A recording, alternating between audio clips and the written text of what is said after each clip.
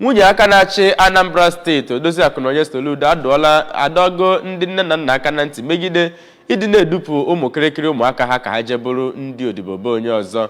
Nwunye gọvanọ nọ na-ekwu okwu o wee lụtụ aka na ụmụaka ka nọsị n'ọnọdụ nta ha bụ ndị kwesịrị ka akụzie elufa ihe mmalite ihe mbụ banyere ndụ a bụ ndị etosi ka eje zipụ ha n'ọnọdụ ha na-amaghị. Ka anyị nụ akụkọ nke a n'uju.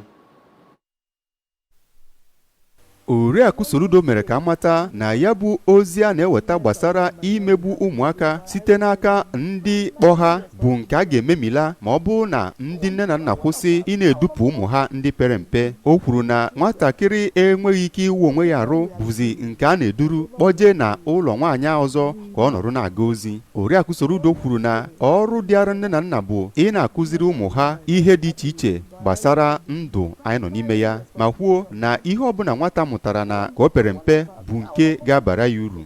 Ka o sila dị, o kwuru na ọnọdụ enweghị ego na-abụkarị ihe na-eme ndị nne na nna ji akpọpụ ụmụ ha. Ọ gwara ha ka ha gbaa mbọ na-enyocha onye ọbụla ha na-akpọnye nwa ha enyocha nke ọma tupu ha eme nke ahụ. Ya bụ nwunye gọvanọ mere ka amata na ọ kwụwasịrị ike ibuso agha megide imegbu ụmụaka na steeti a. Ọ gwakwara ndị mmadụ ka ha gbaa mbọ na-eweta ozi ma onwe ka ha si hụ ebe a na-enwe ụdị mmegbu dị otu a.